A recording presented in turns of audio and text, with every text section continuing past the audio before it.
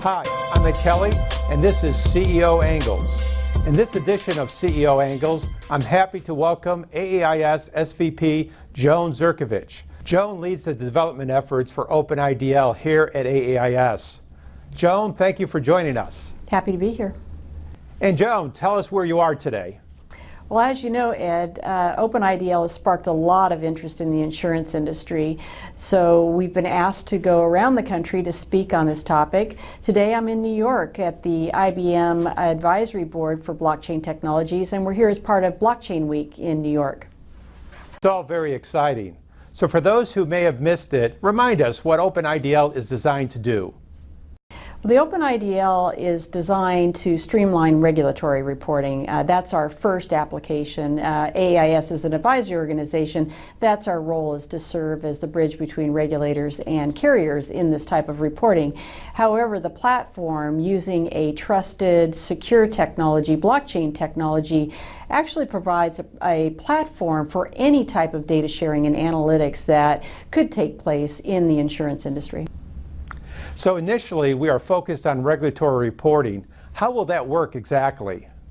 Today, regulatory reporting requires a carrier to transfer large data files to AAIS as a reporting agent in order for us to process that and then send it to the regulators.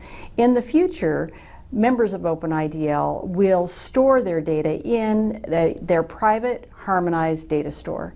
And when a regulator would like access to that data, we have a platform that will allow them to request access to the data. And then instead of sending the data files to AAIS, we have a new type of technology called smart contracts that can run against that data in the carrier's harmonized data store and then just send the answer back to the regulator. I meet with a lot of CEOs, and virtually every single one raises concern about data security. How does openIDL address data security? Well, openIDL addresses data security in three main ways. First, the data is stored always in the carrier's data resource center. It is under their control at all times.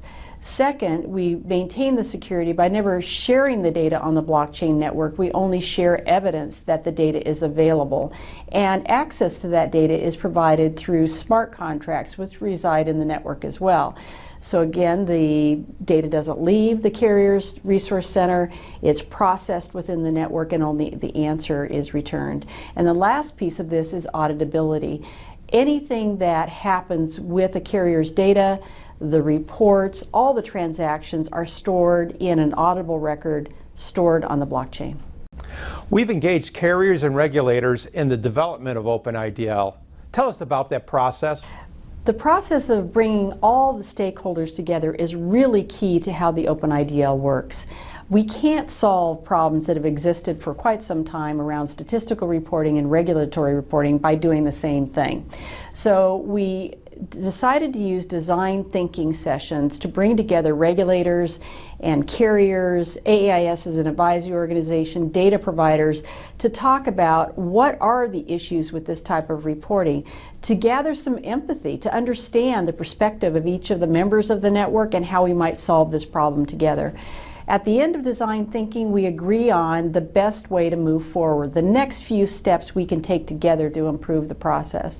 And that's been a huge help to us in understanding the right problems to solve and then how to apply the technology to it. We say we're open, I mean it's in the name, yet access to data on openIDL is tightly controlled. What does open mean exactly, and how does that manifest itself?